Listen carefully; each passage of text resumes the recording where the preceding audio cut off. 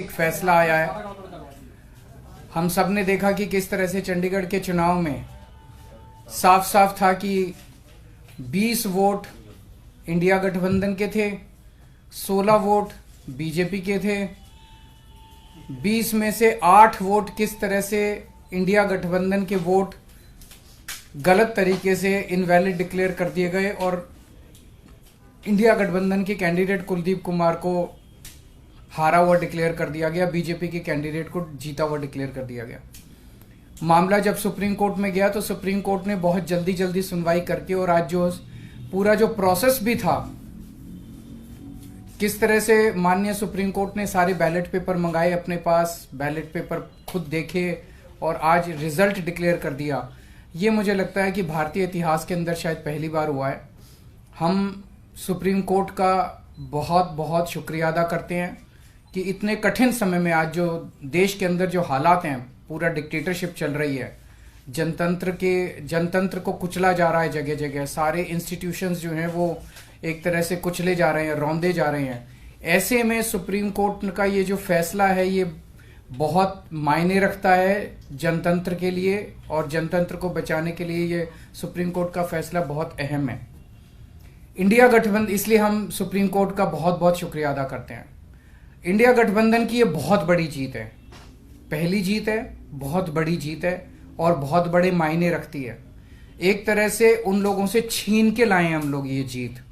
उन लोगों ने तो चोरी कर लिया था ये चुनाव, उन लोगों ने तो वोट चोरी कर लिए थे, लेकिन हमने हार नहीं मानी। हम आखिरी समय तक लड़ते रहे, संघर्ष करते रहे और अंत में हमारी जीत हुई। तो ये पूरे देश के लिए, इंडिया गठबंधन के लिए बहुत बड़ी जीत है और बहुत बड़ा संकेत देती है देश को। जो लोग कहते हैं कि बीजेपी को हराया नहीं जा सकता, बीजेपी को हराया जा सकता है, एकता से हराया जा सकता है, अच्छी प्लानिंग और स्ट्रेटेजी से हराया जा सकता है और मेहनत से हराया जा सकता है। ये इस चुनाव के नतीजों ने साबित कर दिया। तो मैं इंडिया गठबंधन के सभी पार्टनर्स को बहुत बहुत इसके लिए बधाई देता हूं। चंडीगढ़ के लोगों को बधाई देता हूं, जिनको चंडीगढ़ के लोगों की एक तरह से जीत हुई। चंडीगढ़ के लोगों ने तो नतीजा यही दिया था कि भाई इंडिया गठबंधन का कैंडिडेट मेयर बनना चाहिए, लेकिन उन्होंने चोरी कर लिया चुनाव।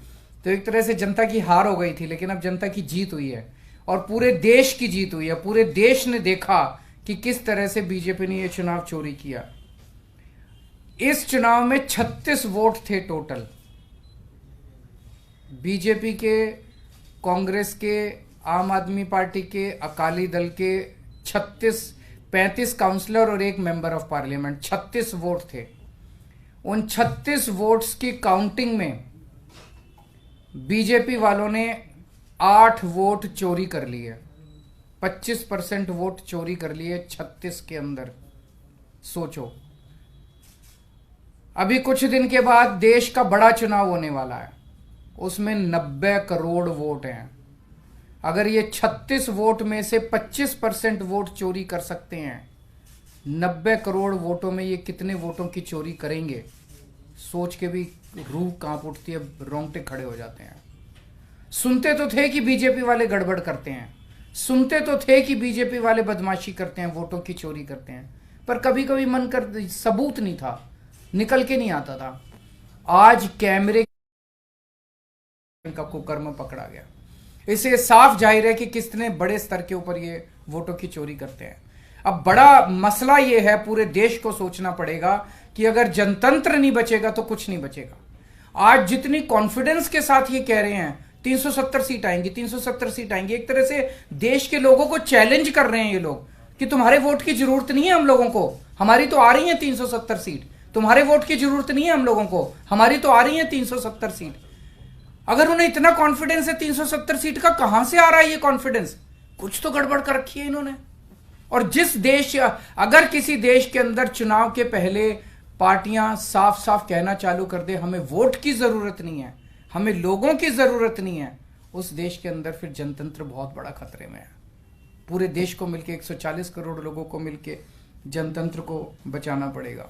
इससे यह भी साफ है ये लोग चुनाव जीतते नहीं हैं, ये लोग चुनाव चोरी करते हैं।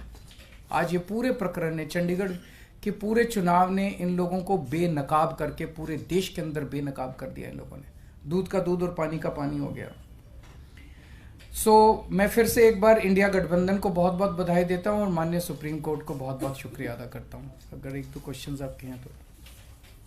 3 पार्षद भी बीजेपी में चले गए, वो भी एक बड़ी चीज है कि इनका पूरा षड्यंत्र क्या था, कि षड्यंत्र था कि हमारे अब पार्षदों को तोड़ेंगे।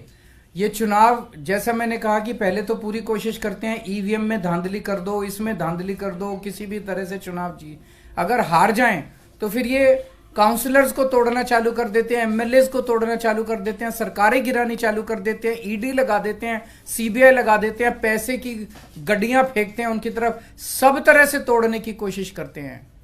ये जनतंत्र थोड़ी है। सर इस चुनावों ने दिखाया कि कैसे अगर आम आदमी पार्टी और कांग्रेस मिल जाए तो बीजेपी को हरा सकते हैं। मैंने अभी यही बोला। हुआ तो क्या पंजाब में भी आप इस पर? ये मैंने बोला कि किस तरह से अगर हम सारे लोग इकट्ठे हो जाएं, इंडिया गठबंधन के इस चुनाव ने एक बहुत बड़ा मैसेज दिया है। जो लोग कहते हैं कि बीजेपी को हराया नहीं जा सकता, बीजेपी को हराया जा सकता है अगर हम संगठित हो जाएं, एक हो जाएं, स्ट्रैटेजी से काम करें और मेहनत करें, हम बीजेपी को हरा सकते हैं। हमने ये चुनाव में हरा के दिखाया है। पंजाब में फिर सोचेंगे दोबारा से? नहीं, वो स्ट्रैटेजी जीतने की स्ट्रैटेजी है, आप उसमें चिंता मत करो, उसमें जीतेंगे। दिल्ली का है, अभी कई सारे राउंड्स ऑफ डिस्कशन हो चुके हैं और काफी अंतिम स्टेज पे बाकी चीजें पहुंच चुकी है। बहुत जल्दी अनाउंस होगा उनके साथ गठबंधन। आपने पंजाब का क्लियर कर दिया, अकेले बाकी सारी चीजों पे बात हो रही है, बाकी सारे स्टेट्स में बात हो रही है और कई सारे राउंड्स ऑफ डिस्कशन हो गए हैं। काफी अच्छी बातचीत चल रही है और काफी एडवांस्ड स्टेज पे है। बहुत से आपके साथी हैं जो इंडिया अलायंस की बस में चढ़े तो थे लेकिन